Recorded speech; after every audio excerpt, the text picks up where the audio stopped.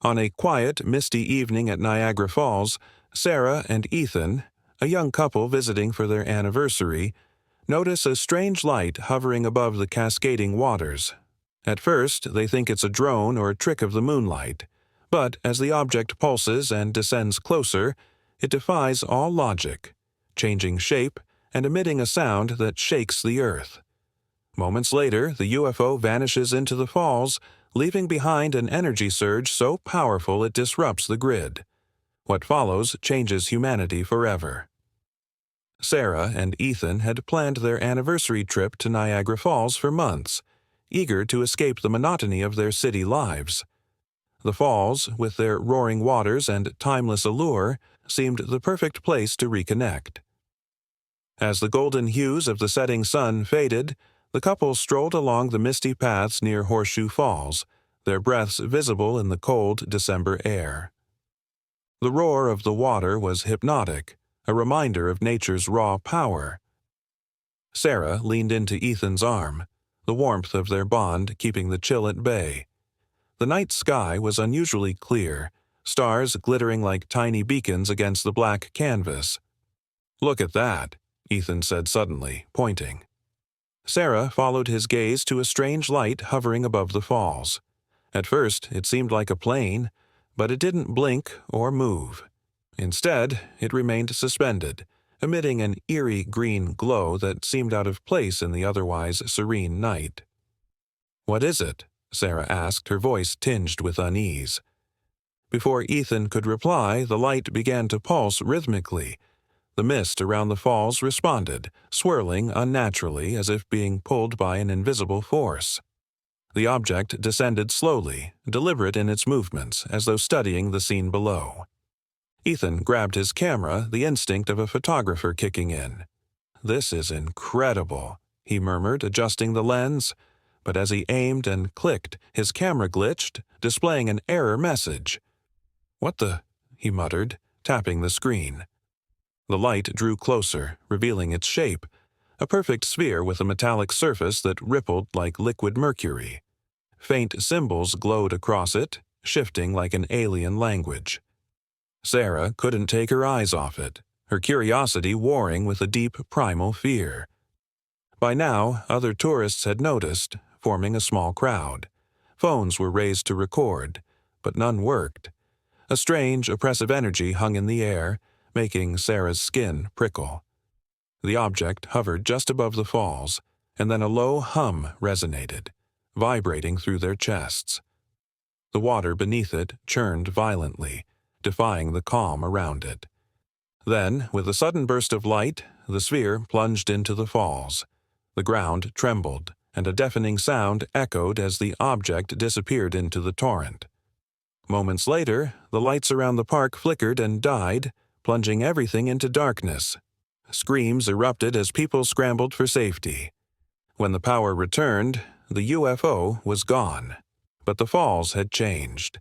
The mist carried an otherworldly glow, faint but undeniable. The air felt charged, leaving a metallic taste on their tongues. Ethan tightened his grip on Sarah's hand, his voice low and urgent. "We need to leave. Now." She nodded, her mind racing as they hurried back to their hotel. The streets were abuzz with panic, strangers exchanging wild theories about what they had seen. But no one had answers.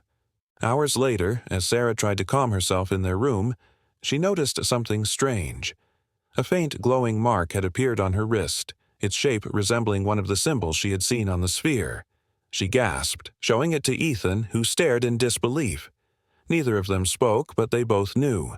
Whatever had happened at the falls wasn't over. It was just the beginning. The news of the mysterious blackout at Niagara Falls spread like wildfire. By morning, every major outlet speculated about the cause of the surge.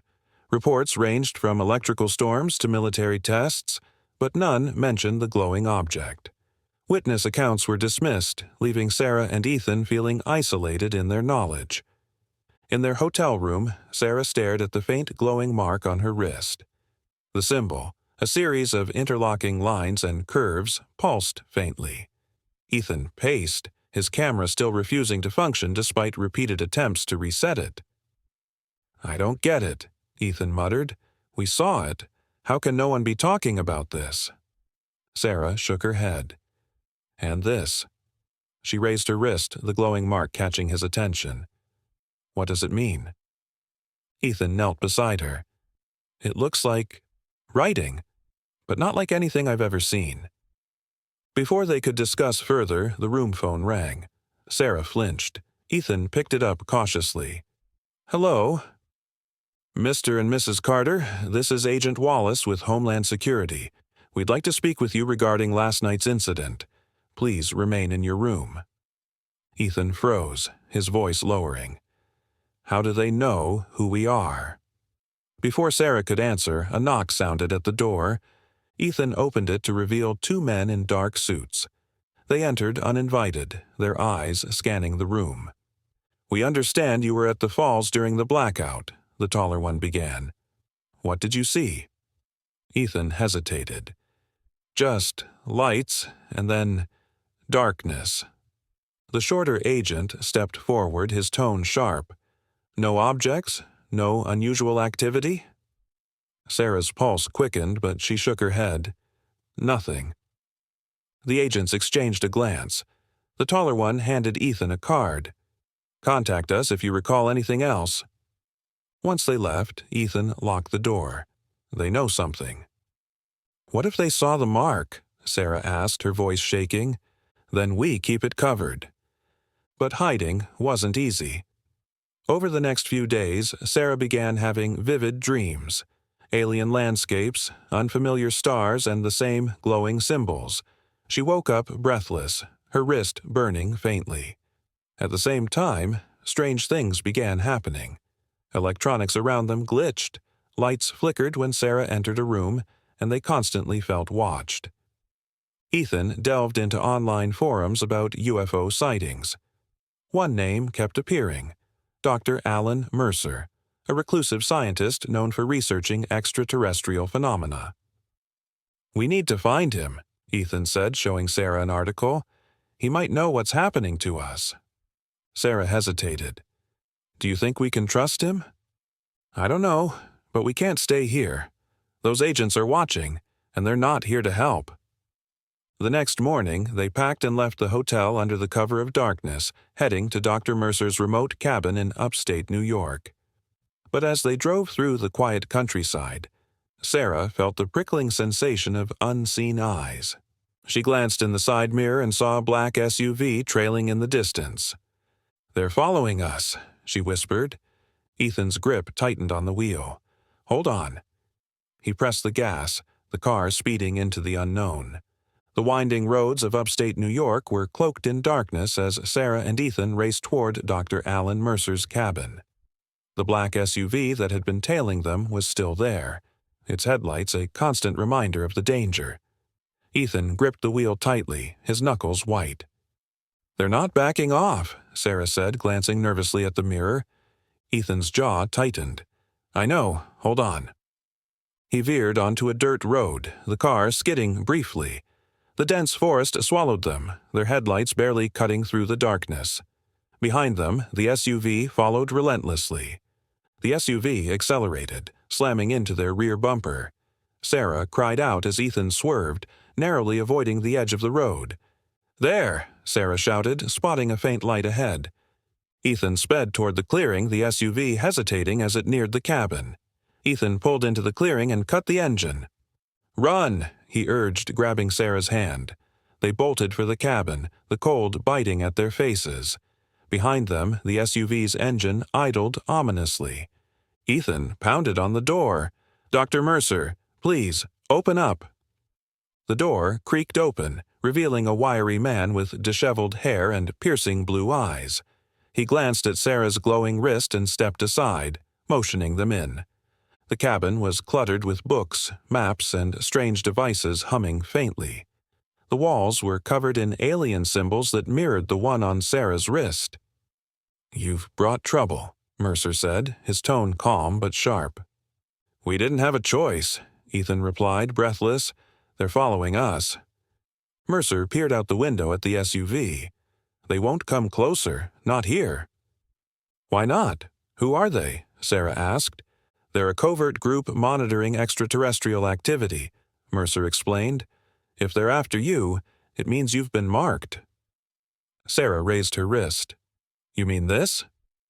Mercer nodded. That symbol isn't just a mark, it's a key. A key to what? Ethan asked. Mercer hesitated. A message, or a weapon. The beings who left that mark think in terms of civilizations. Whatever they've started, you're at the center. Sarah's voice trembled. Why us? Why now? Mercer grabbed a handheld scanner. May I? Sarah nodded. The scanner hummed as he passed it over her wrist. The mark glowed brighter, alien symbols lighting up on the screen. It's active, Mercer said, his voice grave. Active? Ethan asked. What does that mean? It means something's already in motion, Mercer replied, and it's tied to you. Before they could ask more, a loud bang echoed through the cabin. The SUV was gone, but the crunch of footsteps approached. They're here, Mercer said, grabbing a strange device. Stay behind me. The door burst open, two figures in tactical gear storming in. Mercer activated the device, emitting a frequency that sent them collapsing to the floor, clutching their heads. We need to move, Mercer said urgently. He grabbed a bag of equipment and led Sarah and Ethan out the back into the forest. As they vanished into the shadows, Sarah couldn't shake the feeling that they were stepping deeper into a mystery far beyond their understanding. The forest was eerily quiet as Dr. Mercer led Sarah and Ethan deeper into the woods. His movements were purposeful, as though he'd anticipated this moment. The cold bit at their skin, but adrenaline kept them moving. Where are we going? Ethan asked. To a safe house, Mercer replied. If those agents are after you, they won't stop, but they're not the only ones we have to worry about. Sarah's wrist burned faintly, the glowing mark pulsing in rhythm with her racing heart. What do you mean? Who else is after us? Mercer glanced back. Others. Groups that see the mark as either power or a threat. If they find out, they'll come for you. They reached a small shed in a clearing. Mercer unlocked the door, revealing stairs descending underground. Inside, he said, motioning for them to follow. The stairs led to a bunker, its walls lined with monitors, maps, and devices emitting a faint hum. Some resembled the symbols on Sarah's wrist. What is this place? Ethan asked. A research hub, Mercer said, switching on the monitors. I've studied extraterrestrial activity for years. This mark isn't the first, but it's different. Stronger, more deliberate. Sarah stepped closer. What does it mean? Why us? Mercer's gaze hardened. You were chosen. The mark is a beacon. It's calling them back. Them? Ethan asked. You mean the ones who sent the UFO? Mercer nodded. I've tracked similar events worldwide, ancient sites like Stonehenge and the pyramids. This is the first time it's been this focused. Whatever's happening, it's global, and you're at the center. Sarah's stomach churned. So, what do we do? Mercer brought up a map showing glowing points across the globe. These sites are connected. The mark is the key to activating them. Activating them for what? Ethan asked. That's the question, Mercer said, and we don't have much time. The energy in your mark is intensifying. An alarm blared, and the monitors flickered. Mercer's expression darkened. They've found us. Red dots swarmed the screen. How did they track us? Ethan asked, panic rising. The mark, Mercer said. It's a beacon. He grabbed a small metallic device and handed it to Sarah.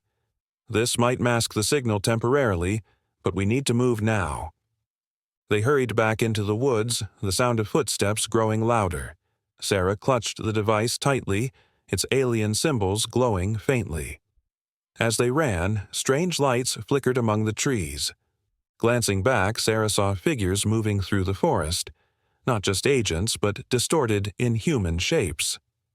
What are they? She whispered. Not human, Mercer said sharply. Keep moving." They reached a clearing where a truck waited.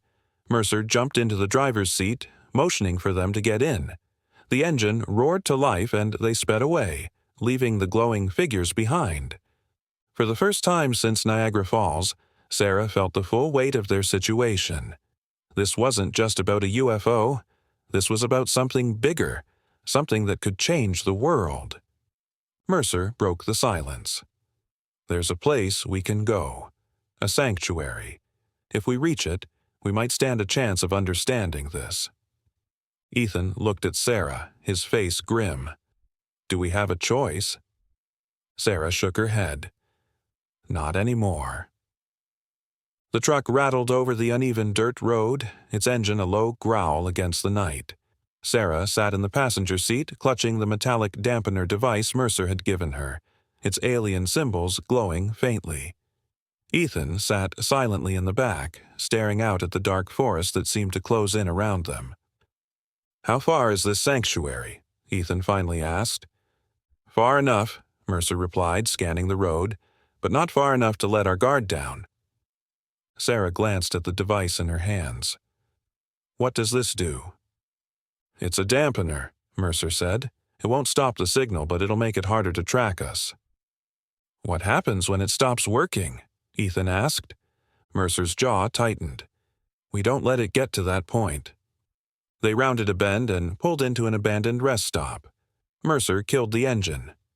"We need to switch vehicles," he said, leading them behind the building to a hidden garage. Inside was a battered SUV ready for use. As they transferred supplies, Sarah felt the weight of unseen eyes. "Do you think they're still following us?" she asked. "Always assume they are," Mercer replied. A faint hum broke the silence. Mercer froze, listening. "Drone," he muttered. "Get in the SUV. Now." Sarah and Ethan jumped into the vehicle as Mercer grabbed a small device. Stepping outside, he pointed it skyward, emitting a crackling burst of static. The hum faltered, followed by a distant crash. Mercer slid into the driver's seat. "They're closer than I thought." The SUV roared to life, speeding back onto the road. "We don't have much time," Mercer said. "The sanctuary isn't just a safe place. It's where we'll find answers." "What kind of answers?" Sarah asked. "The kind that could save us, or doom us all." The dense forest thinned into rolling hills as they approached a massive stone structure hidden among rocky outcrops. Towering monoliths carved with alien symbols surrounded a central chamber. The air was charged, making Sarah's skin prickle. "This is it," Mercer said, stepping out. "One of the oldest sites tied to extraterrestrial activity. If we're going to understand what's happening, it starts here." Inside, the walls glowed faintly, responding to Sarah's presence. As she approached, the mark on her wrist burned brighter, and the symbols on the walls shifted, aligning into patterns. "What's happening?" Ethan asked, his voice shaking. "The sanctuary is reacting to her," Mercer said. "She's the key."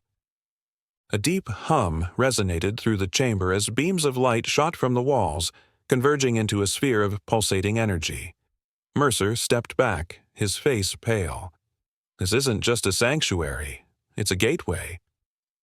"A gateway to what?" Sarah whispered. Mercer didn't answer. The sphere's glow intensified and the ground trembled. Footsteps echoed from the entrance. "They found us," Ethan said, his voice tight. Mercer grabbed Sarah's arm. "We need to finish this before they get in. Whatever's on the other side of that gateway, it's better than what's out there." Sarah hesitated, her heart pounding. The sphere pulsed in rhythm with her mark, urging her forward. Whatever choice she made now would change everything. The air in the chamber thickened as Sarah stepped closer to the glowing sphere. The light pulsed in rhythm with her mark, filling the room with an eerie hum. Behind her, Mercer and Ethan stood tensely, their eyes on the entrance where footsteps grew louder.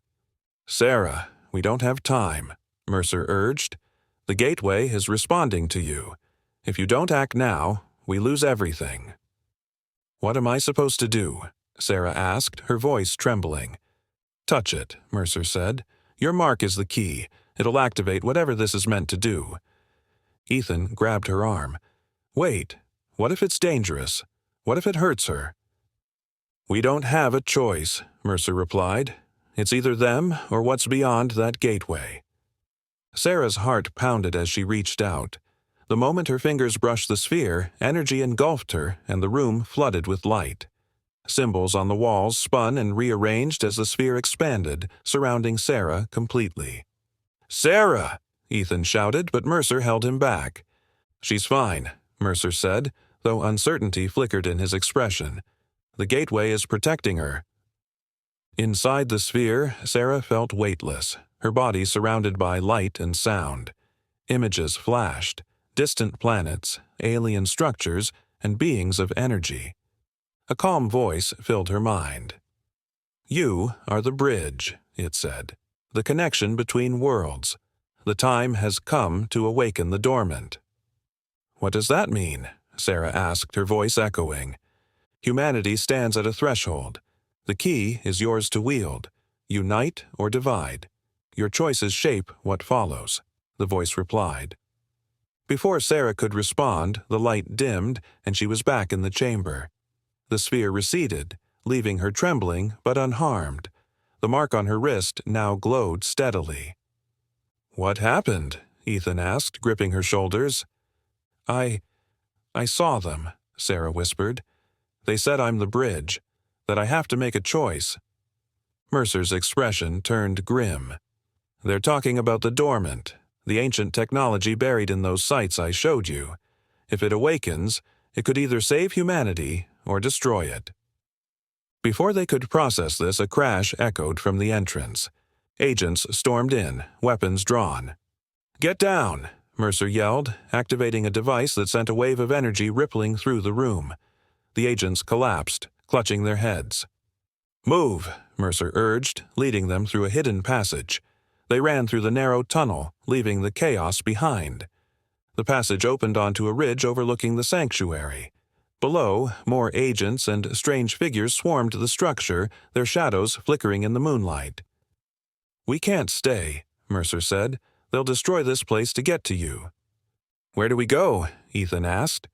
Mercer pointed to the horizon. "There's another site, an older one.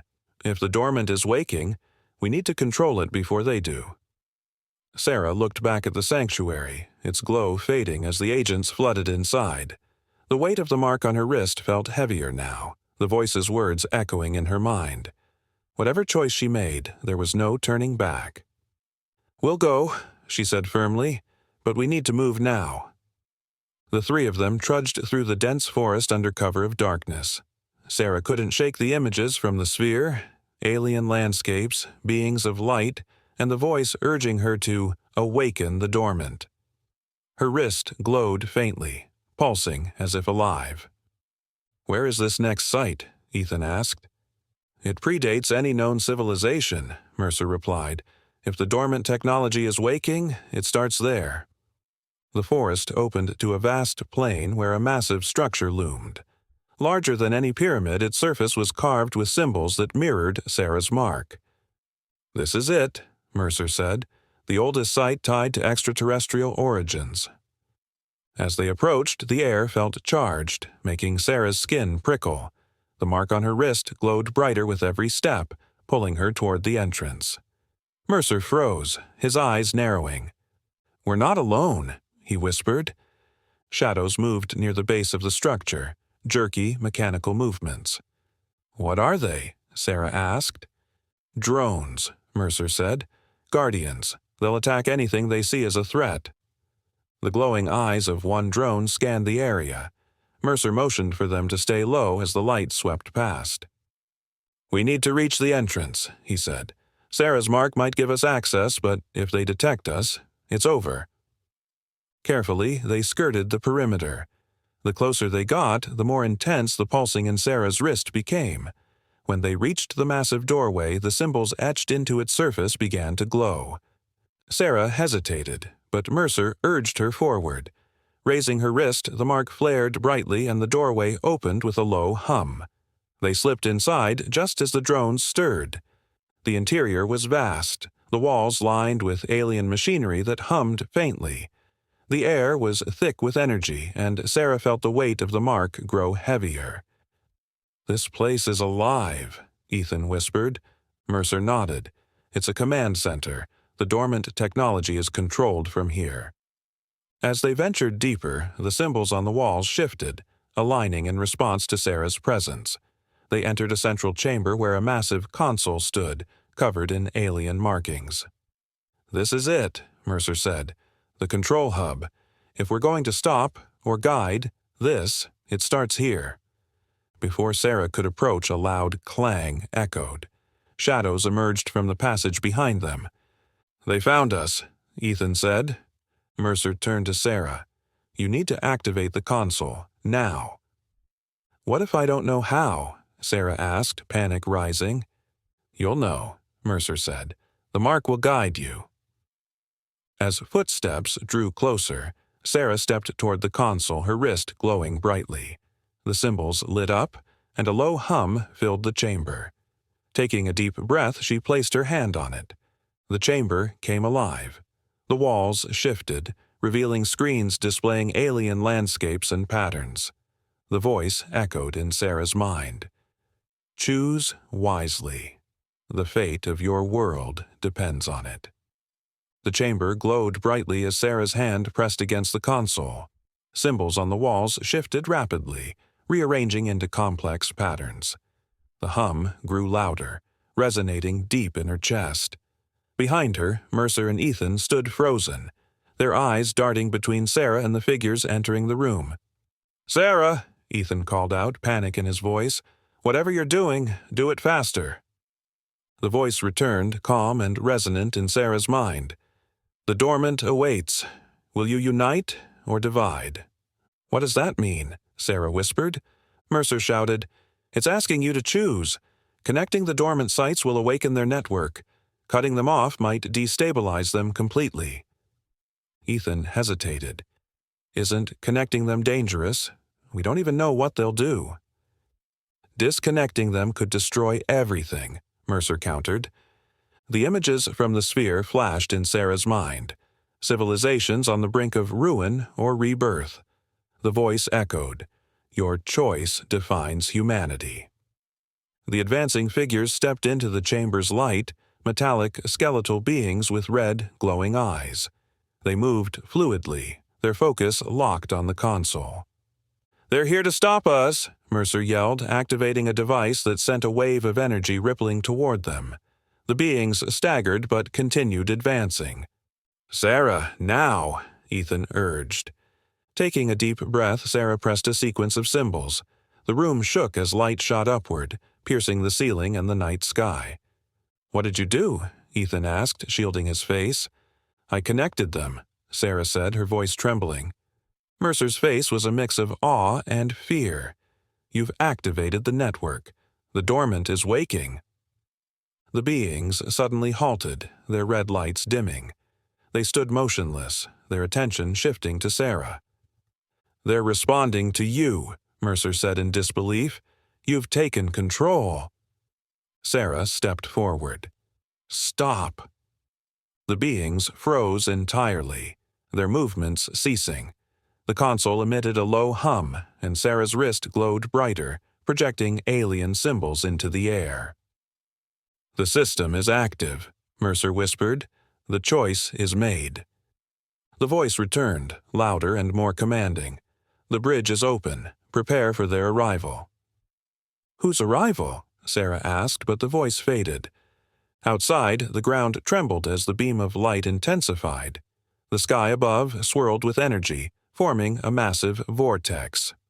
Ethan grabbed Sarah's arm. "We need to leave." Mercer hesitated. "If we go, we might never understand what's coming. This is our only chance." "We'll understand nothing if we're dead," Ethan snapped. Sarah looked between them, her heart racing. "We have to go." They sprinted through the shaking chamber as symbols on the walls glowed brighter. Reaching the surface, they stopped as the vortex above expanded, casting an otherworldly glow. Shapes began to emerge, luminous, colossal forms descending toward Earth. Ethan's voice broke the silence. "What did we do?" Sarah stared at the sky, her chest tightening. "We opened the door." The wind howled as colossal forms descended from the vortex, their luminous shapes shifting and pulsing with energy. Sarah, Ethan, and Mercer stood frozen, staring in awe and fear. The beings were massive, translucent figures radiating light. "What are they?" Ethan whispered. Mercer's voice was grim. "The architects, the ones who left the dormant behind. They've come to finish what was started." Sarah's chest tightened. "Did I summon them?" "The network was their signal," Mercer said. "You opened the door." The beings hovered above the structure, their presence vibrating through the air. The drones guarding the site dimmed their lights, standing still as though in submission. One of the beings turned towards Sarah. A resonant sound filled the air, and Sarah's mark flared brightly, projecting symbols. "It's talking to me," Sarah said, her voice shaking. "Listen," Mercer urged. The resonant sound became words in her mind. "Humanity stands at the edge. Unite or face oblivion." Images of planets consumed by war and civilizations crumbling flashed in her mind. Sarah clutched her wrist. "They're warning us. If we don't unite, we'll destroy ourselves." Ethan's fists clenched. "What if we don't agree to their terms? Do they destroy us?" Mercer shook his head. "They don't need to. They're showing us what we'll do to ourselves." The being extended a light toward Sarah. Her mark glowed brighter, and she saw visions of humanity thriving with the dormant's power. But darker images followed, chaos and destruction as factions fought for control. "It's giving me the choice," Sarah whispered, "to unite us or let it fall apart." Suddenly, helicopters roared into view, and ground vehicles rumbled toward the site, their weapons aimed at the vortex. "They're going to attack," Ethan said. "They'll ruin everything."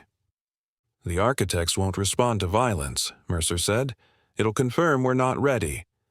Sarah turned to the being. "How do I stop this?" The voice filled her mind.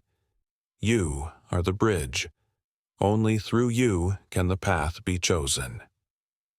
Taking a deep breath, Sarah raised her glowing wrist. Light surged outward, calming the trembling ground and swirling sky.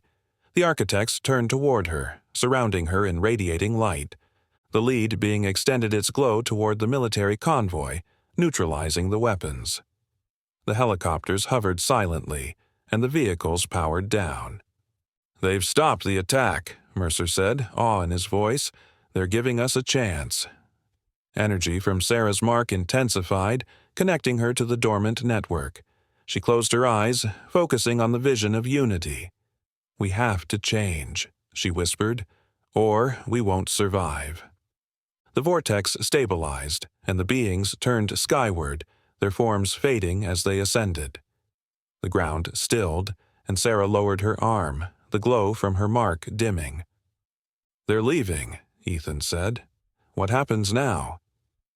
Sarah looked at him, exhaustion etched on her face. "Now, it's up to us." The morning sun rose over the horizon, casting long shadows across the ancient structure. The air was eerily still, the chaos of the night replaced by silence. Sarah, Ethan, and Mercer stood at the ridge, staring down at the remnants of the event. The sky, once filled with the swirling vortex, now seemed deceptively calm. "What happens now?" Ethan asked. Mercer sighed. "What's happened here will send shockwaves around the world. Governments and scientists will demand answers. What they do with those answers, that's up to them." Sarah looked at her wrist. The mark, once alive with energy, now glowed faintly. "They gave us a chance," she said, "but this is only the beginning." Descending the ridge, the ground beneath their feet felt different, charged with energy. The structure stood silent, its symbols dimmed, but Sarah could still feel its presence, like it was waiting. At the base, they were met by military personnel and scientists, their faces a mix of confusion and fear. A man in uniform stepped forward, his sharp eyes narrowing on them. "You were inside, weren't you?" he demanded. Sarah nodded. "Yes, and I know what this is." His gaze flicked to her glowing wrist. "What happened here?" "I activated it," Sarah said. "The dormant network is awake, but it's not a threat, unless we make it one." "Activated?" The man's voice hardened. "You're saying this was deliberate?" Mercer stepped in. "The dormant isn't just alien technology. It's a mirror. It reflects what we are and what we could become." The man frowned. "And what does that mean for us?" "It means the future is in our hands," Sarah said. "The architects showed me what's possible. Unity. Progress. But they also showed me what will happen if we let fear and greed take over. The dormant will amplify whichever path we choose." The man stared at her, tension thick in the air. Finally, he stepped back, jaw tight. "The world will demand answers." "They deserve them," Sarah said. "But more than that, they need hope." As the group dispersed, Sarah turned to Mercer and Ethan. "This isn't over. The dormant is awake, but guiding humanity down the right path, that's going to take everything we've got." Mercer nodded. "You're right. This is just the start." Ethan crossed his arms. "Do you really think people can change? That we can come together after everything?" Sarah looked at the horizon. "We have to try. If we don't, everything the architects warned us about will come true." Walking away from the site, they left the structure behind as news helicopters arrived, their cameras capturing the aftermath. Sarah knew the coming days would bring questions and fear, but also a chance, an opportunity to guide humanity towards something greater. That night, in the quiet of a safe house, Sarah stared at her wrist, the faint glow comforting her. The voice of the architects echoed in her mind. Unite, or face oblivion. She didn't know if humanity would rise to the challenge, but she vowed to do everything in her power to lead them. The dormant had awakened, and the path forward was uncertain. But for the first time, Sarah felt hope. Hope that humanity could rise above its flaws. As she drifted to sleep, she whispered, "The bridge is open. Now it's time to build it."